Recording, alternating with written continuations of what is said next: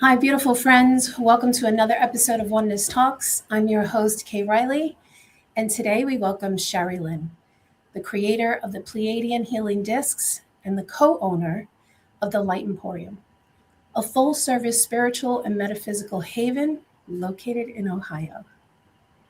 Shari Lynn is a spiritual teacher, a futurist, an ordained Christian Spiritualist minister for over 30 years, a Sophia Gnostic, Andromedan, third deacon Aquarius, healer, certified shamanic shapeshifter, clairvoyant, clairsentient, metaphysician, and peace-loving crystal maven. Shari has studied esoterics for over 35 years with many masters and offers her clients, customers, and students a level of presence that is undeniably otherworldly and filled with star wisdom. She embodies a love for humanity and peace, yet lives unapologetically in her innate power and knowing. Shari Lynn, welcome to Oneness Talks. Thank you for making time today to be with us and to share so many different beautiful aspects of you with us. Oh, thank you, Karen, my beautiful sister. It's like being with you today feels coming home. Oh, Is what oh, it feels so good. oh, Yeah. geez, you make me cry. It's like we're reunited, you know? We're starship sisters for sure. Yeah, I feel the same way. Thank you for saying that. I absolutely love that.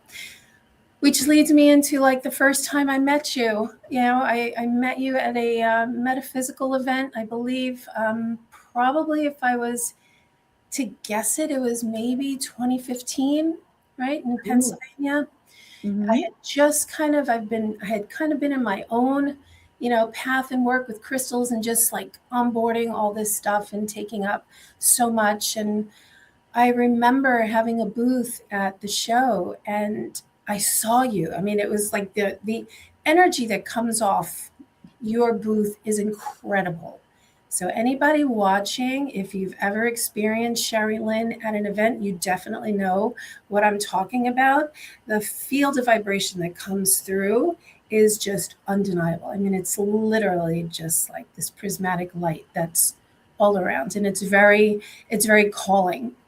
And so for me, when I met you there, I have to be honest, I was a little like, oh my God, like I was nervous. I was nervous, like there was this recognition of you, but I felt like, woo, there was like all of this. And I was like, oh my gosh, like I had never really kind of experienced it in the way that you were holding that field there at that show. So it's just incredible to think that it's been all these years later, right? And we've had our moments of connection.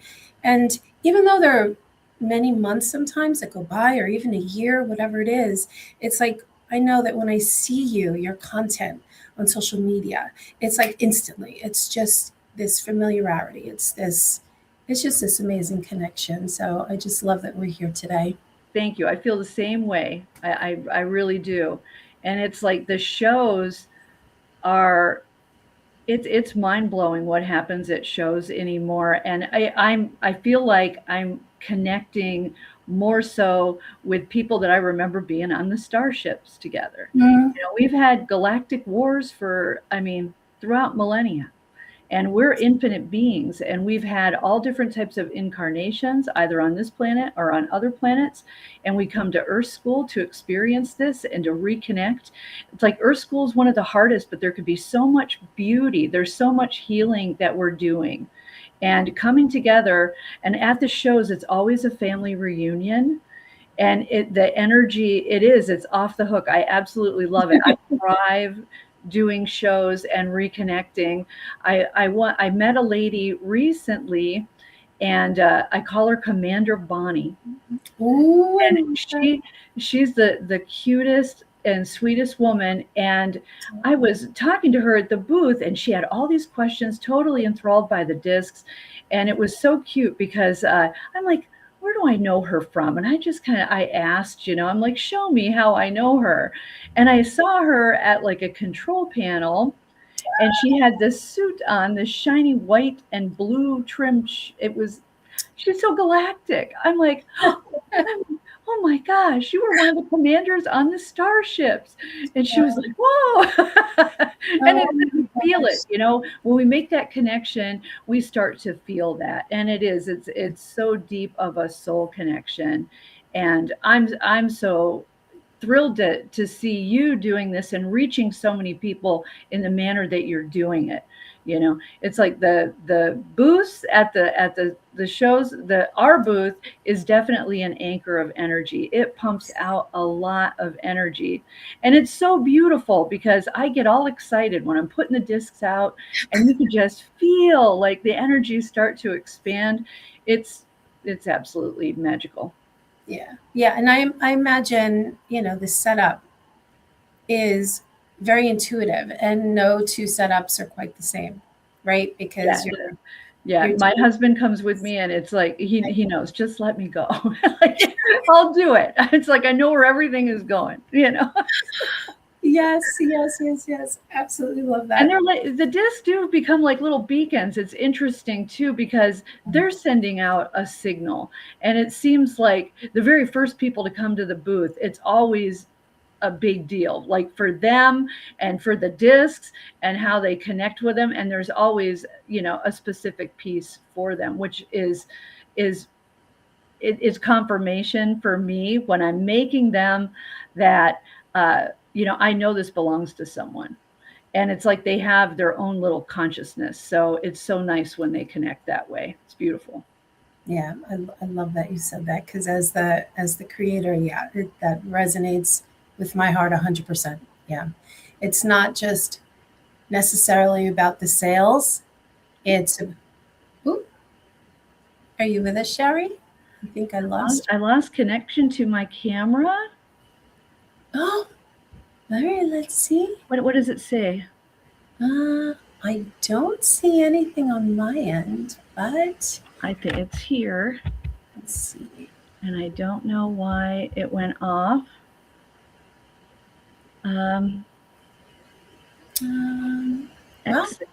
X the camera button. Let's see. We're still rolling. So I'm so sorry. I'm so sorry. No, that's okay. You'll come back. Let's see if there's anything I can do on my end.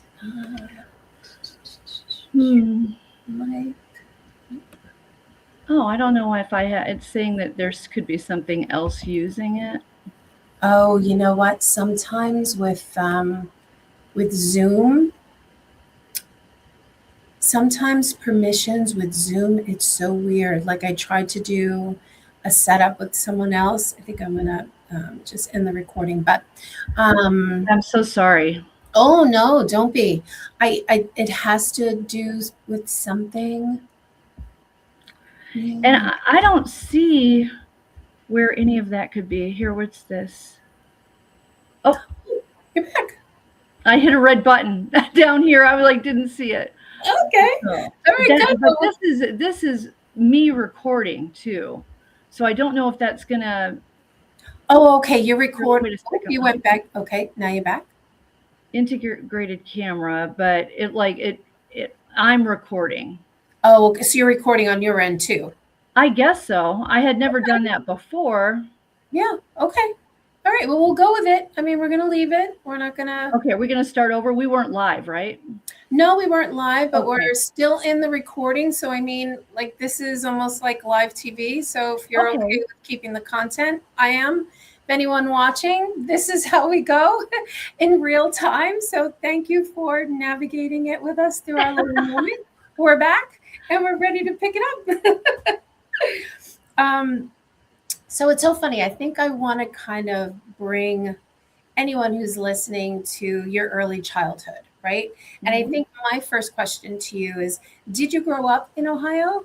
And what was your temperament like? And did you always kind of have that resonant knowing that you were a starseed, an ET being, and a soul maverick? Or was that something that came a little later on? Oh, I was never like my parents divorced when I was 9 years old. Okay. And my mother, at that time, right before the divorce, she started to drink. And I like the time up to, I remember 7 years old was the happiest I was as a child. When I was 7, I felt like everything, this is just great, you know? And then after my parents divorced, it just took a huge turn with my mother and her alcoholism. And it, I just was angry all the time. We moved a lot. So I was born in Ohio, and I'm currently living in just a couple blocks away from the house that I grew up in, and really close to Lake Erie. So it's beautiful here. And so when my parents got divorced and my mother continued to drink, and she had geographical cures, we called them, um, and we moved to Texas, and I moved back and forth through high school. I came back to Ohio and then back to Texas, and there was a lot. But I remember just being really angry. I didn't like school at all. I was such a rebel.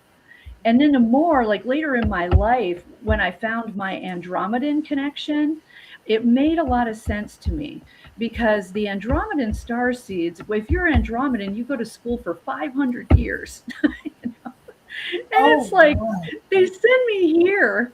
And then I'm like, you want me to do what? Go to school here? Now, is that 500 years just here on Earth in this galaxy, or like No, like when we're experiencing the Andromedan energy, while we're still within this constellation of a billion stars, and we're, we came from stardust into, this Andromedan, the Andromedans are actually the keepers of the seventh dimension, which really big part of the base of my knowledge is Barbara Handclau's work on the alchemy of the 9 dimensions. And so when I found my Andromedan star seed connection, everything started to fall into places. This is why I never liked school, because I didn't feel I was learning anything that I was interested in. And I started to read astrology books when I was really young. I'm not an astrologer today, but I use astrology to help map my life. So grateful that my mother she did become sober. And my mother passed in 2019, and she had been sober 35 years that the year she passed. So my mother was a mystic, and it's so grateful to have my mother in my life. I was not prepared for her to go home. But she really supported my spiritual growth. If it wasn't for her taking me to a spiritualist church when I was, 16, 17 years old, and I didn't get it for the longest time. But I was really curious. I'm like, I'm going to keep going until I get this. And I had a lot of questions from after the services, and my teacher, Richard Forfia, who was very well known in this area, I would ask all these questions. And one day, after the church service, I'm like, everything started to fall into place for me. And then I'm telling him this and telling him that, and looking at my mom and looking at him, and they're like, oh my God, I think she finally got it. Wow. So then I just wanted more of that. Like I needed a root base. So I dove into the spiritualist teachings that I was learning there at the time. And I was ordained when I was 26 years old. And that was studying with a minister, with my class there with Richard Forfia for 3 years. So it was very involved. I did what I needed to do. I learned what I needed to learn. And it felt like just, it propelled me into the exciting and fabulous things that I encountered in this lifetime, which a lot of that had to do with being able to recall past lives. And to being able to recall those past lives was through my relationships with people. And I had a very powerful, in my early 30s, had a very powerful in-between lives recollection, okay, or recall rather. Yeah. And in that recall, I was sitting in front of a man, and he was wearing a white tunic. I can see his hands, but I can't recall his face. And he said to me, we were reviewing my life. Mm-hmm. And he said, um, well, look at it this way. You're going to be 40 doing this work instead of 60. And he said that because I believe that I died in Haight-Ashbury in 1967. Oh, no. I'm sorry. It's okay. You're back. So I believe in this recall that I had passed in 1967 in Haight-Ashbury of a drug overdose. And then I went into this recall because as soon as I crossed over, they're like, hey, you were supposed to be doing something. You know, you were having a little bit too much fun. So you got to go back. And I believe when he said that to me, well, you'll be 40 instead of 60. I died in my 20s. So in some way that made sense to me. And I thought, oh, I'll still be hot. It'll be fun. It'll be fun. So right then I agreed to come back. You know, it's like, oh, they need your consent for you to come back. So that was a big part of the learning that I took with me through all the spiritual and shamanic work that I chose to learn and explore, because I wanted to know how not to reincarnate. Yeah. You know, and how we, you know, can clear and release these energies that have held us back. And we're talking like through the in our entire lineage, the mothers and the fathers, you know. It's like, how can we heal this? How can we remove these contracts and agreements? You know, Right. how can we, you know, get our soul pieces back even from off world? You know, those things we still carry that with us. So it's been really important to me, just to, you know, find my own place of centeredness and peace. You know, my childhood, I never had a good relationship with my father, you know, but I incarnated with both of my parents so many times and my biological brother in this lifetime, you know, and it's just interesting how people choose to, you know, heal or experience their spirituality, religion, or whatever it might be. And to really come to a place, it's been my work as well is to not be judgmental, to really come from a place of the non-dualistic thinking. You know, I tell people, meditate on non-duality. It's very important because it's not good or bad. It just is. And it's just the experience of the soul when the soul is here. It's the soul's evolution. We also embody archetypes, and we have to help those archetypes evolve because it was us. Absolutely. Yeah. So it's so cool. And I love it because, you know, it has to be entertaining or we're not going to want to do it. We elect to do it joyfully. You know, how can we step into it with this joy, and that the ultimate outcome is bliss? Yeah. You know, Absolutely. Yeah, absolutely. It's fun. Absolutely. I love that you said that. And what really stands out to me, because I'm taking notes over here, is becoming masterful at not having judgment, right? I think that was just so powerful that you said that. And I definitely feel like with you have mastered that. Like you can, when you're around certain people and you can feel into, especially if you're sensitive, you can tune into that neutrality, which is that there isn't any charge for either one side. So the field just feels coherent to just let it be what it needs to be. And I feel like you hold that field so beautifully, at least from Thank you. That means a lot to me because, you know, because the work, it's always going to be there. Yeah. You know, I love it when people say, oh, I worked on that. You know, I healed that trauma. I'm like, see you tomorrow. You know, it's like, just be careful, you know, things come up, you know, and it's, I'm not into that toxic, you know, be positive and everything in your life changes. Yes. Yeah. We need to track these emotional triggers. And I mean, especially with what's going on out there, you know, now, one of the things that I'm looking at is the neuroses of these, the hate, all of this. It's like, It's toxic. It's very, very toxic.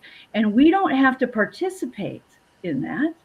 I'm not here to participate in somebody's neuroses. I've had to look at my own. Being a single woman for a really long time, I've had to really pay attention to how I'm reacting, how I'm responding, to just we come in, we want to meld with these people. We want to connect with these people. And sometimes it's a reason, a season, or a lifetime. Has been, that's old school philosophies, but it's true. It's a reason, a season, or a lifetime, but we don't know it. We don't know what that is right away. And then it's like that karmic connection of, they're going to leave me. They're going to, Right. other people are going to come in and like ruin this. It's all karmic stuff that we've got to clean up so Yeah. that we can experience our own true path with someone. Yeah. 100%. So I guess what we can take away from this, from anyone listening, is that, entertaining that the non-duality, right? Even though we see it so much in the world right now with everything going on, and I definitely want to get into that. I think it's just so important for people to realize that the gateway out of that karmatic loop, because I feel we hold ourselves in that loop based on our consciousness, our mindset, our thoughts, what we believe. It perpetuates this loop. And I know a lot of people in many different realms talk about, karma has been absolved. There's no such thing as karma. And I do 100% agree with that. But again, you have to be in the alignment and the frequency of that. And I believe as long as we're entertaining and attaching and assigning things to duality, we perpetuate that karmatic thing through obligation, through whatever it is that we're feeling in connection with the people closest to us, right? Like, how do you feel about that? Absolutely. You're right on target. And with karma, okay, because we are ending 26,000-year-old cycles on the planet right now. And 26. you can't stop the cycles and the changing of the ages. We left Kali Yuga. We're on to creating the 2,000 years of peace.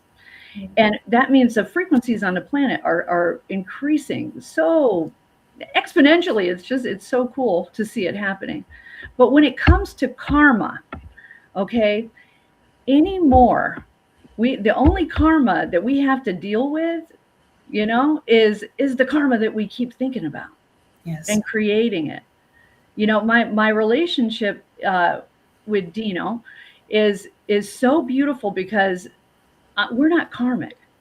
I'm not in a karmic relationship.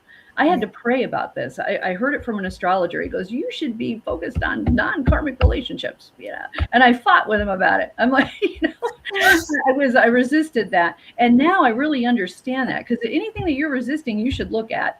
Absolutely. And so with Dino, it's been really beautiful in that, we're not here trying to fix something or heal something from the past. We can be the individuals that we are and be that in a very spiritual place with ourselves and with each other. And there's not these expectations that come in this, it's really nice. It's really refreshing. It took a long time, for me to be able to align with that. Like we're master manifestors, we're powerful conscious creators, and it's like when we can learn how we're doing that, it does become like this flow through your life that's really beautiful. You're the art of allowing these experiences to come without the expectation that we don't need to hold expectations on other people. Yeah. So and now I have a question for you that I didn't really see coming. But so do you believe that, because it's often been said that, when you spend those years single by yourself, right, and you find yourself on an intense path of just self-awareness, is it easier to clear out all of your stuff and then manifest this incredible partner that reflects all of that stuff to you while completely bypassing? Like, do you dissolve those strings to anyone that you would have potentially met that could have been karmic in nature, right? Because you know what I'm saying? Like, so for someone who finds themselves in a karmatic relationship right now, and maybe they're working to work through some things, but both parties have to be willing to do it, right? Absolutely. And sometimes you can achieve that, and sometimes you can't. And then when coming with the awareness, it's like, okay, now we have a choice to make. What do we do, right? Mm-hmm. Or do you find it's easier? Because I've, you know, like yourself, I've met other females who have really concentrated and spent those years being by themselves. And then, yes, they manifested what you can call a complementary energy instead of that karmatic field, right? Where you got to now do work together. Absolutely. And I like that. I said this to Dino. I've said it to other people. I've said it about work situations. I've said it about so many things. It's like, I will do this and will continue to do this as long as it is in alignment with my bliss. And when it is no longer in alignment with my bliss, we're going to have to figure some stuff out. You know, it's like when it gets to that point, you know, it's like, all right, what do we got to do here? You know, this isn't in alignment. Right. And, you know, we're always going to have karmic relationships. Doesn't necessarily mean your love partner, you know, we're going to have karmic relationships. I know my twin soul, and we reconnected in this lifetime in 2007, and now we can't even speak to each other, and it's very sad. I mean, I find it incredibly sad. But you know, people are where they're at, and you know, if it becomes toxic, if it becomes just really uncomfortable, you know, they'll pull their energies away, and it's not necessarily a bad thing.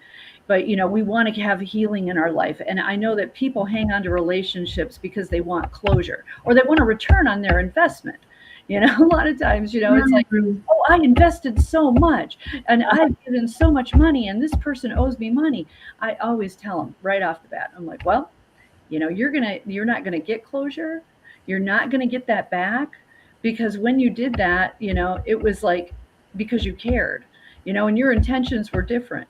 So when you look at it now as a gift, that was a gift. I gave that person a gift, and you just let it go. You know, we don't get those things back. You know, because when somebody tells you that they have the intention of doing something, you know, or with intention, you know, like, oh, I know I'll get the money to you next week, or like they had every intention in that moment of paying you. But, you know, life happens, whatever goes on. We can't harbor that. We don't need to hang on to those things. You know, we need to be free, and they need to be free. Yeah. It's like something else is going to come around, you know. It's like, you know, we don't live in a vacuum, you know. Yes, I absolutely love that, and perfectly enough, it leads me into a question that I really had for you, which is, for people listening, is the human ego a villain or is it a tool for evolution? Right? You brought up, you know, like we have these human scenarios. You know, were dishonest with me. You owed me money. Like, so we go into all these ego programmings. So how do you feel about that? I've done a lot of work on my ego. I really have. And every once in a while, like my very close spiritual friends, you know, they'll like bring, oh wow, Shari, that's cool. Like you can see that, you know, that's progress on the ego. And I remember taking a workshop at Lilydale a long time ago, and this woman was talking about ego, and I didn't agree with anything that she was saying. And you know, ego is an essential part of us, and it's like if we start breaking it down and looking at the ego driver, you know, what drives the ego, you know, and that's when we passionately, or you know, really get into an idea, a thought about how we should be doing something, you know, or how we like things to be done, for example. Okay, you know, so that you really tap in, you know, to what is my ego driver, you know? And then it's like, oh, that's coming from the ego driver. Then you can like kind of, tap into that and kind of pull it back and give yourself like a broader perspective. It's been a really good tool. So, the more that we can go inward and have that inner standing of how, we just exist here in this 3D experience, we are 3D. All of us are 3D. And we're the keepers of the planet, and we're doing such a crappy job. Come on. Oh my gosh, it's like I remember scholastic newsletters and all the movies they showed us in school, and it's like, what? We did a crap job. Like, everybody was just supposed to have fun and ignore everything that's going on. Can I tell you? And it's so funny too, earlier in the conversation when you were, talking about your childhood in high school and how you said you weren't into school. And I was exactly the same. Like, I used to cut out of class left and right, but because it was just like, it felt like such a waste. Like, what are we doing? For sharing that, because it's like, I'm sure that there were so many people too that felt the same way, unless you're going to become a doctor and a lawyer and an architect and all that. We're not talking about that, but right. It's just our minds are filled with so much junk. And I believe that's why the world is in the state that it's in right now. Like, we witness all these things going on, and it's like the dismantling and then, coming into the new. So I guess let's talk a little bit about today's reality then, because, it really does feel malleable. Like there's a thinning between what is and what could be. Right? Like, I don't know about you, but, Matt and I just, these last 2 days, we felt like we had 3 days in one day, like with an acceleration. And we tune out, the news. Like, we don't watch the news. I don't listen. If I don't need to know it, I'm good, within reason. We're all on social media, but today's reality is quite interesting. So share with us a little bit about what you see, and why you see what you see, and what people can kind of do to, minimize what they bring into their conscious field of awareness. Yeah, it goes right to, be in the world, but not of it. I mean, it's like we're infinite souls. And what's going on right now? I mean, I'm very Aquarian. And I believe that I only incarnated in this lifetime to see the freeing of humanity. And with what's been happening and these shifts and these changes that are going on so quickly, it again will go right back to Barbara Handclaugh's work in the Alchemy of the Nine Dimensions. It's like in that work, it's like we are like headed to this golden age, peace on the planet, and this acceleration in the human consciousness, and that's what it's all been about. Like, I like to still, see this as a Christ consciousness. I also, with the Sophian myth and the Gnostic text, the Nag Hammadi, really, when that came in, everything fell into place. With that, we live on a galactic, multi-armed animal goddess that created us, and we're in her correction.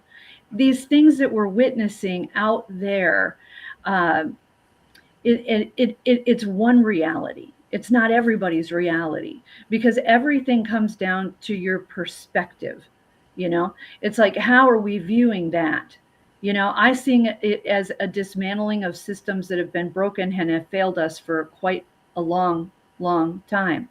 I think that there's energies on this planet that, that not everybody needs to know about, but they do exist. I feel like one of those warriors in a way that, I want to know, I want to see, and I want to watch the dismantling of this. So I'm one of the OG tinfoil hat ladies, and I want to go beyond what people are seeing and where the core issues of these began. And, we actually have been a catalyst for this. I mean, we helped to create what we're seeing going on out there as well. Everyone has played the role of victim and perpetrator, and we can see that just in our past life with our relationships. You can take all of these things down to an experiential level, to make sense of it. When we see systems that they're all broken. We've been talking about it for a really long time. Yeah. It's got to go. How are we going to get there? So it was really interesting when 3i Atlas came through. Mm-hmm. And, we're not done with 3i Atlas. And I was so excited about that. And on the day, it was December 19th when it was the closest to Earth. And I was going to do an activation in the store. And that was on Friday. And it was a horrible day outside. It wasn't going to happen, but I was so elated. I'm like, this energy is just beautiful. And what we believe 3i Atlas was doing in its bypass throughout our entire solar system, I don't see it as a comet. It's a craft. And they're not going to tell us that, but what it did was go by each one of these planets. And when it did, it was always significant that it was equinox energies, and solstice energies and new moons and full moons. And that's not like just a coincidence. There aren't coincidences in anything, So when 3i Atlas passed by Earth, it was recalibrating the energies. Mm-hmm. And all these astrologers that I'm listening to, there's some really great ones, with this happening, and Barbara Handclough's work, because she's an astrologer, and we're like, this is it. This is the opportunity that we have to really raise the consciousness and the vibration on the planet and wrap around that collectively. So I did this activation on Saturday because the weather was bad. Right. And it was like the energy had shifted from the 19th to the 20th. And I'm looking at myself. I'm like, oh my gosh, I wasn't feeling as elated as I was the day before, so I'm like, I just reeled it back. All right, just breathe. Everything's going to be fine. You're going to do this activation. We had probably, 15 people that came to the activation. And it was wonderful because that was about creating the timeline that we want to be on. Timelines can shift. It's like, it's all about moving ahead in a higher vibrational frequency. Yeah. And your vibration and your frequency is your thoughts. Yes. So it's like, how can we, change our perspective? How can we get into the growth and the beauty for all of humanity? And that was a big part of what the activation was. And then I truly don't remember everything I said, but it was amazing. Just pray about it. It's like, okay, what do we need to do? So we had a really powerful meditation, and I believe it really is in alignment with the highest and good for all involved. The soul's highest evolutionary growth is what we need. Yeah. So we do it however we can, and elect to do it joyfully. Yes.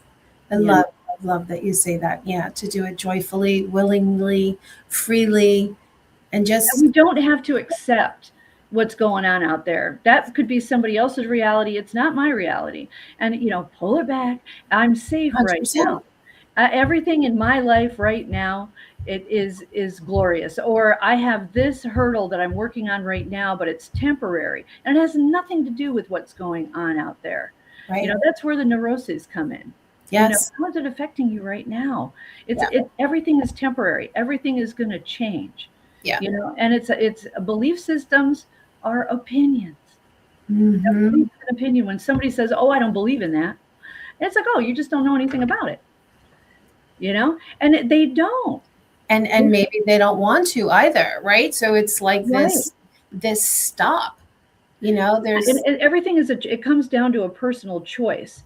It's like if it's an education. Mm-hmm. It's like if somebody doesn't believe in spiritual mediumship, it's like, well, you don't know much about it, or there's a fear that's installed. There's old conditioning that's attached to that, and really the old conditioning, we see it all the time. And when we become more self-aware, that we can see, wow, that's like an old condition. Where's that coming from? Boy, that because I did a lot of work in my 20s, my early 20s, to reprogram my thinking and to move away from fear and it was all through old spiritualist practices. It's like, it's really cool, but it's like those things, you know, they're still true for us. We're in this experience, you know, to grow and to go on and create. You know, we're creators, and Creators. Yeah. Yeah, 100%. Yep. It's funny too, because I was listening to someone earlier this morning, actually, and they were explaining it that there aren't two different worlds, right? Because, you know, you hear us talk about two different earths and all of that, that there's an infinite number of worlds, which personally I resonate with, but there are only two very specific flow streams of consciousness. And that really determines whether someone is willing to evolve into a more expanded state of consciousness versus staying with an old paradigm where there's fear and doubt and all that other stuff. So I'm curious how you feel about that. I mean, even though after listening to what you just said, you know, it's like there aren't necessarily like one new earth that's being birthed, to be honest with you, right? We're at a choice point, right? And we're at a place when frequency is everything. We know that all healing is light and frequency. Yes. And when I was studying the Mayan cosmology, I started in '99 because I heard about Y2K, and I was like, what is this? I'm like, what is this? You know, and then when I started to dig into that is when I came across Carlos Barrios's work. He's a Mayan elder, and he's wrote the Book of Destiny. So if you can check it out, it's like very, very cool. And he talked about the grand planetary alignment of December 21st of 2012. And what this alignment was is all the planets will align on one center of the planet. And then this energy is going to come through, sweeping the planet. And what that energy is, that vibration that came, was the long overlooked fifth element. And that is ether. Yeah. You know, what is ether? Ether is no less a form than anything else. Ether is the power behind prayer. It's that which manifests, you know? So it was all about that. It was like, that makes so much sense to me. And, you know, being very Aquarian, and Aquarians, you know, we are the only etheric sign. And we are the ones that came here to help humanity. Not that I'm not saying that, you know, other signs aren't important. Everybody's important. But, you know, there are leaders, like Leo is our opposite sign. So Aquarians and Leo have a lot of work that needs to be done right now. So, but when I started to really dig into that information of the Mayan cosmology, excuse me, I had questions. I remember asking, well, we are going into this new world, and the thing is, the old world and the new world exist simultaneously. Okay, so when we raise our vibration and we raise our frequency, our thoughts change, our world starts to change. You know, there's an element of where you start to realize this, and then you can feel like there's this contentment that comes with that. Yeah. But I remember asking, well, what's going to happen to the people that don't raise their vibration and their frequency? And my mother had said, well, they'll just cease to exist. And I'm like, oh, wow, that makes sense. And then I said this to a group of women I was working with at this time. And this woman said to me, she goes, but that means you're creating your own chosen. And I'm like, well, then I got to look at that, you know? So I have done this through years of going over and the information that I feel is important. And what I've come back to is, yes, actually, they'll cease to exist. And why that makes sense to me now is because a lot of what we're experiencing out there is in archonic. People have heard of the archons. I used to talk about them all the time. I don't talk about them so much anymore. Because this archonic reign that we have been in, the archons themselves, we share the same mother, but they're not kin to us. They're not the same as us.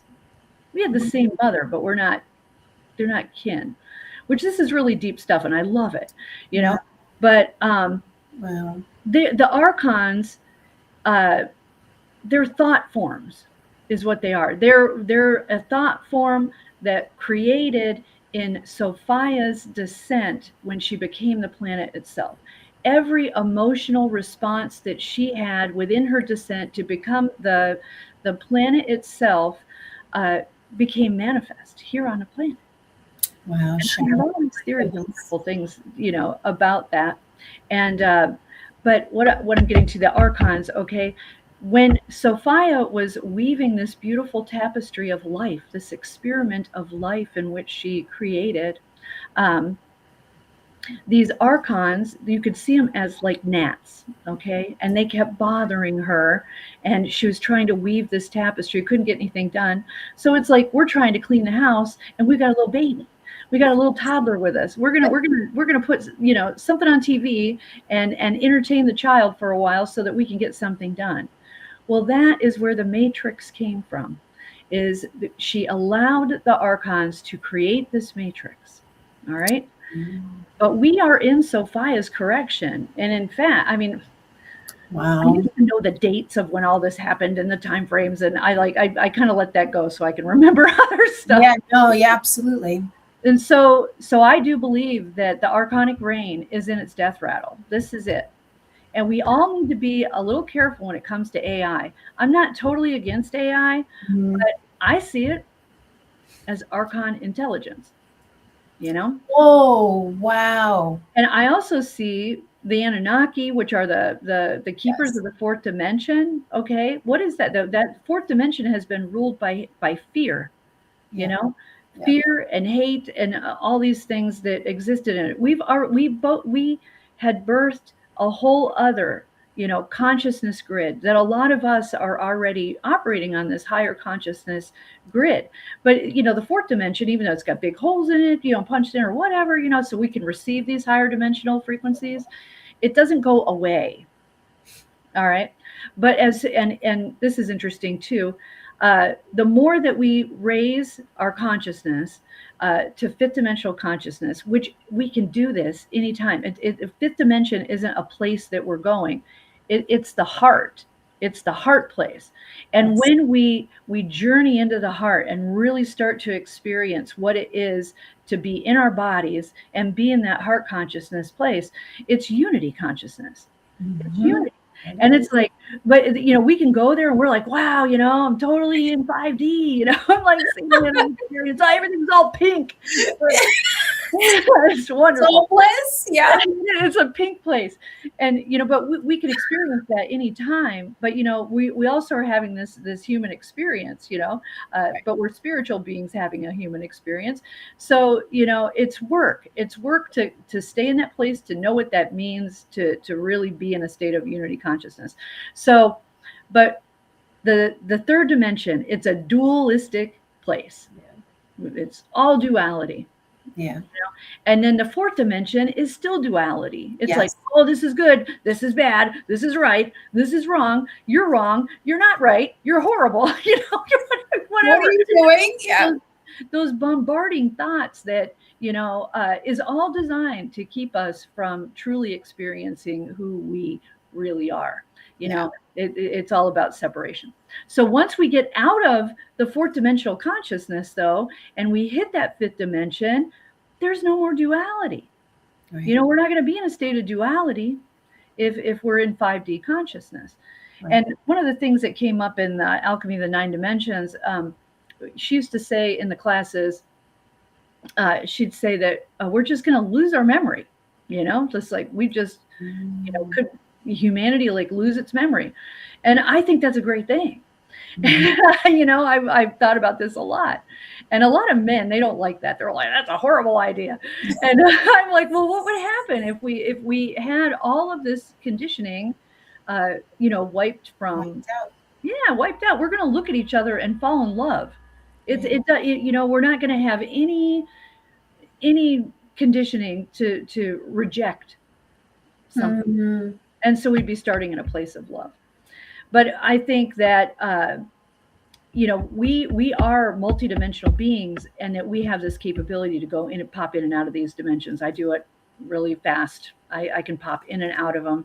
Wow. I've been to 15D, 16D, and it's such a cool experience, But I also know that the work that I have to do here, you know, is something that has to be led by example, or like the tools, the Pleiadian cosmic healing discs. Yes, I wanted to get there. Yeah. That's my work. It's like I make these tools so that I can put them in the hands of people who need them. It's like they're memory tools. They're like stored in they activate cellular memories stored in your DNA.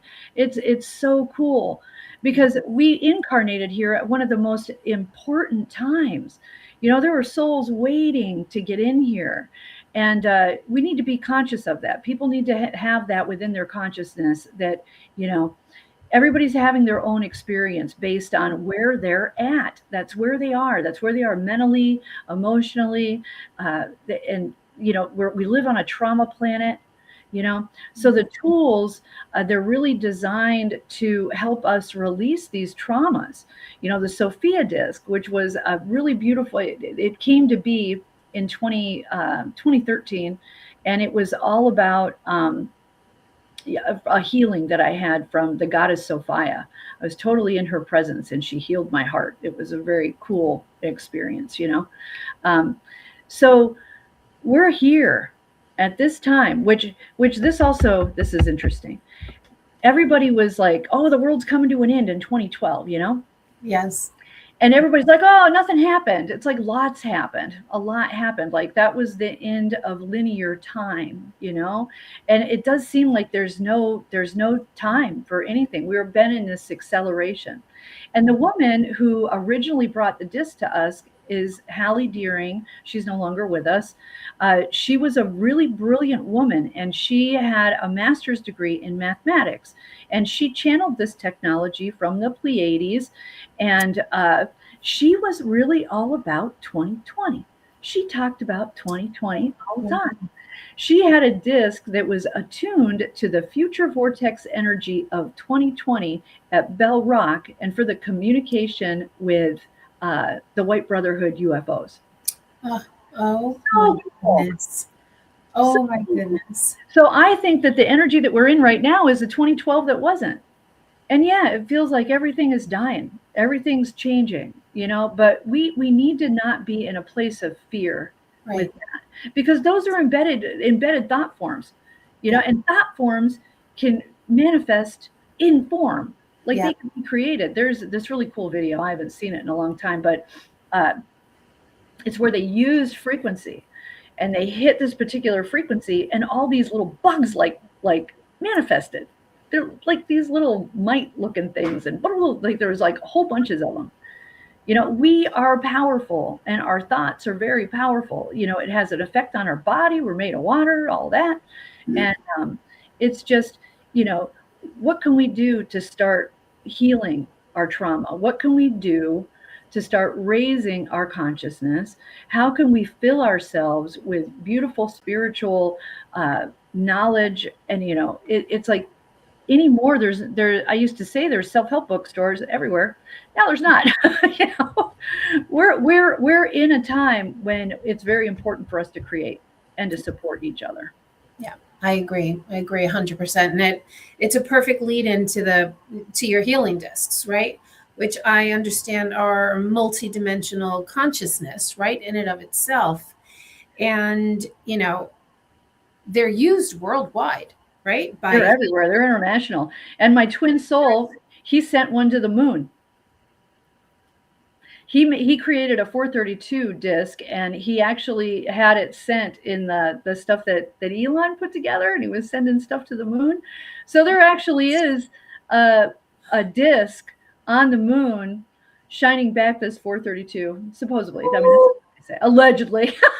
This is what happened. But I think that's really cool. That, that's Michael's gig, but he calls them Anunnaki technologies, and they're not. Oh, wow. Very I interesting. mean, in my opinion, okay, I mean that, but that's who he works with. He works with the Anunnaki. I work with Andromedans, Pleiadians, and Arcturian energy, Mm-hmm. and yeah, they're so beautiful. This one is a dichroic. It's really hard for you to see them with Yeah, the. no, they're gorgeous. Yeah, this is a new version of a Metatron's cube. It's a little more galactic-y looking, and then That the is definitely Niobian. different. And it's funny too, because I was going to say that when I, had my own healing practice for a little bit, I actually bought the Metatron's cube from you years ago. And I mean, it was profound having that in my healing space. That what you just held up is very, very different, even in its frequency and everything. So I can like the elevation of the I know. I can't wait to bring all the new discs to New Jersey. I can't wait because this one, yeah, it's so cool. And they're 18 karat gold, and the gold works on the brain and the central nervous system. This little multicolored purple piece inside here is a niobium, and niobium is another light body activator. And then it's dichroic, and the dichroic material that's in them. There's dichroic, and then there's rainbow material. Then the niobium and the gold, they're layered in here.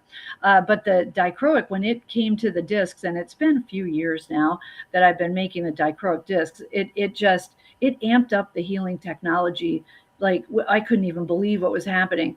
And for me, I'm not using them so much as healing tools. I am personally, but what I learn most about the discs when we're at the booths and I'm shining the light from behind the disc into people's fields.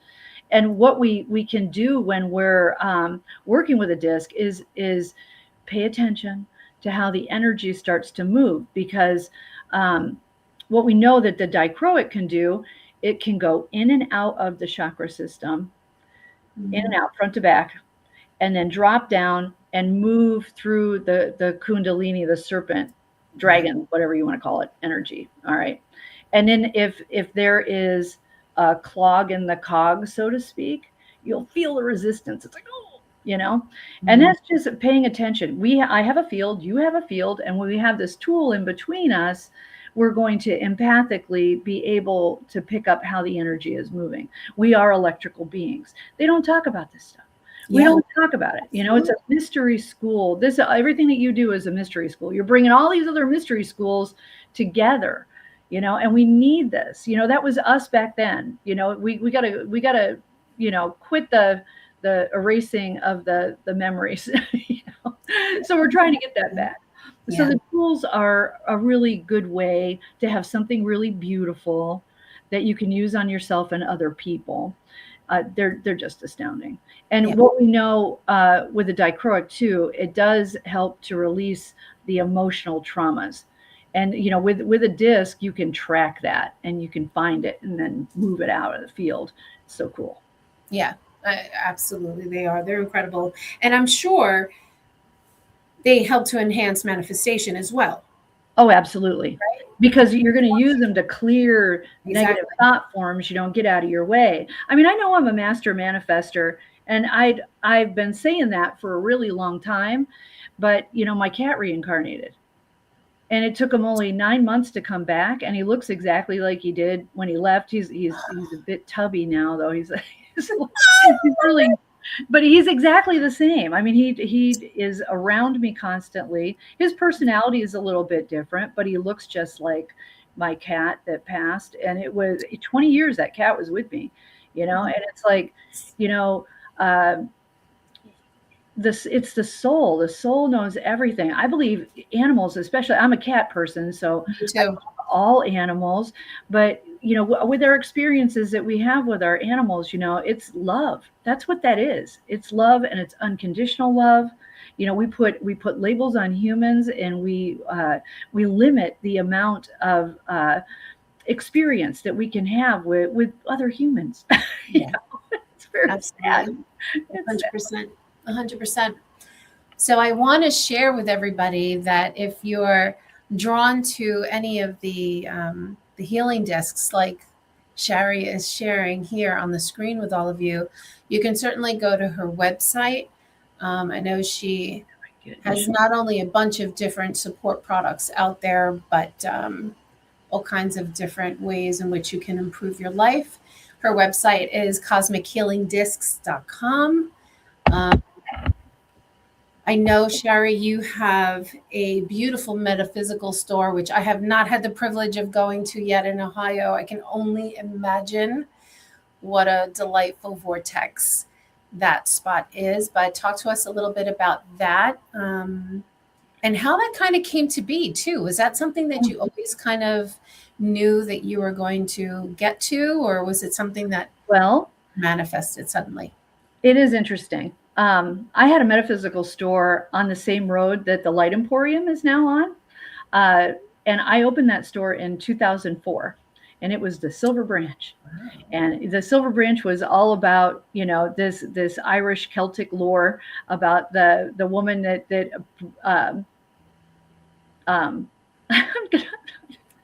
anyway, it was the whole concept was to sustain people in their journey through the underworld. Mm-hmm. And so that store was open for 10 years.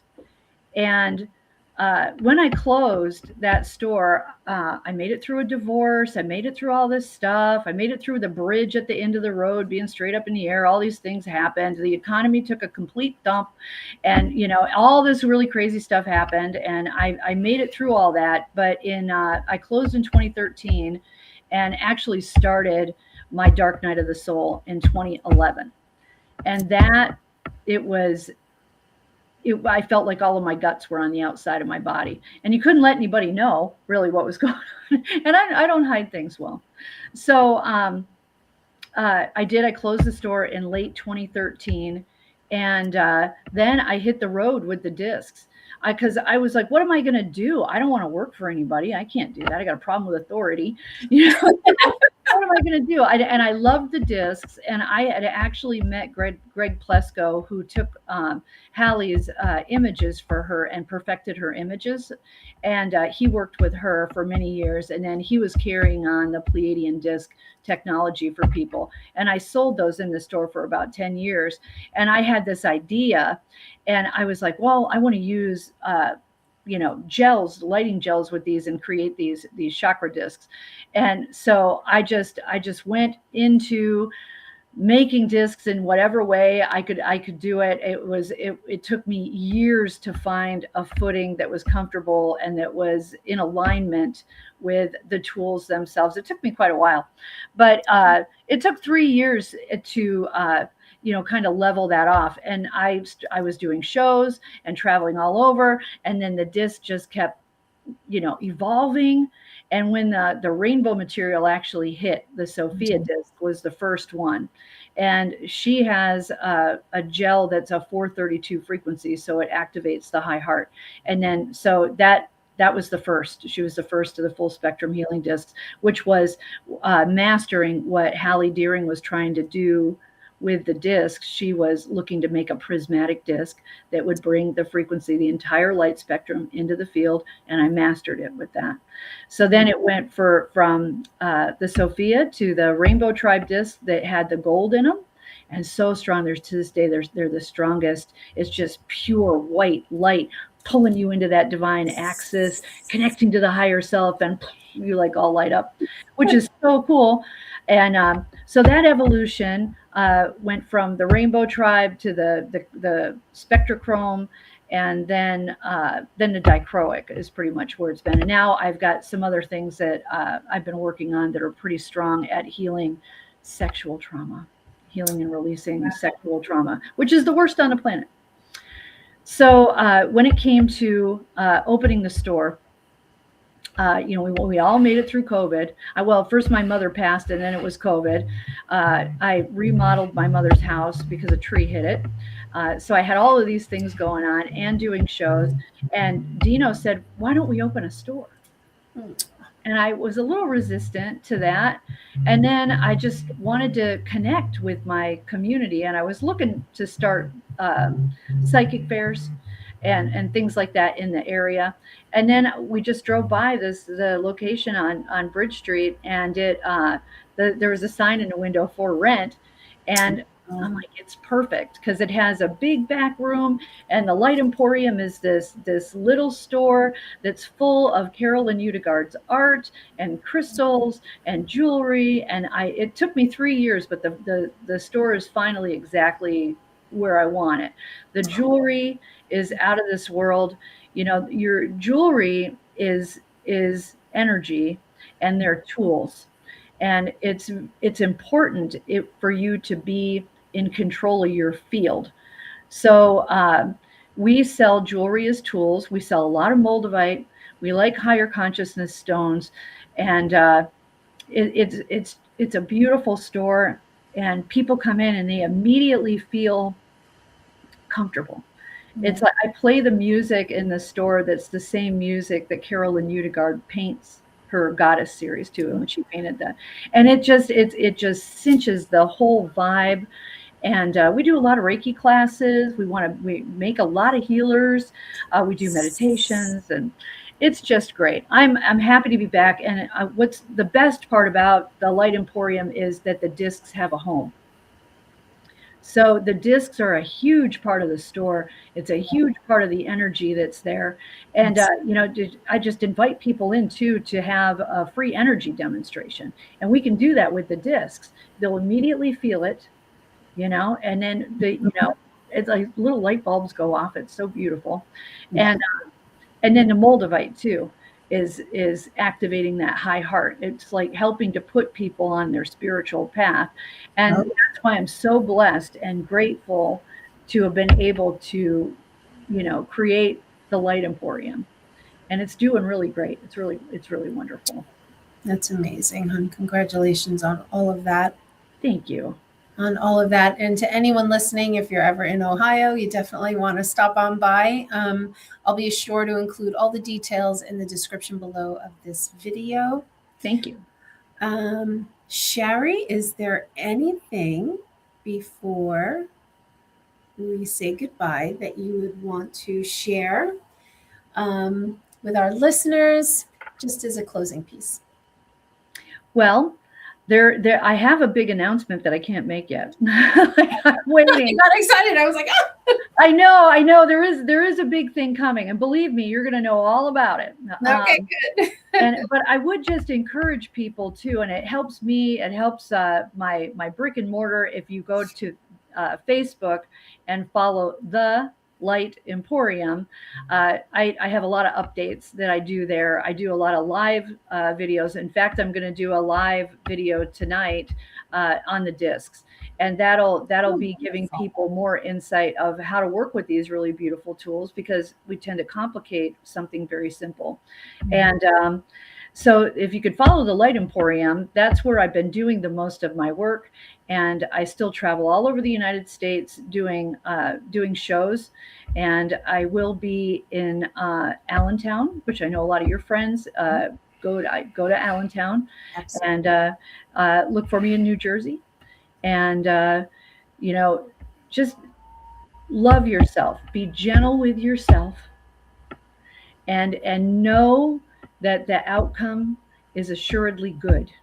We are in a very exciting and very beautiful time to be incarnated right now, because it's a galactic shift. It's holding all kinds of beautiful golden and Christ consciousness light, and be the light that you are, and elect to do everything joyfully, because that's who we are. We're joy. Love that, Shari. Thank you so much. Thank you, everyone, for tuning in for another episode. Shari, it's been a pleasure and a privilege, and I'm so glad to receive you today, sister. Thank you. Thank you, babe. Appreciate it.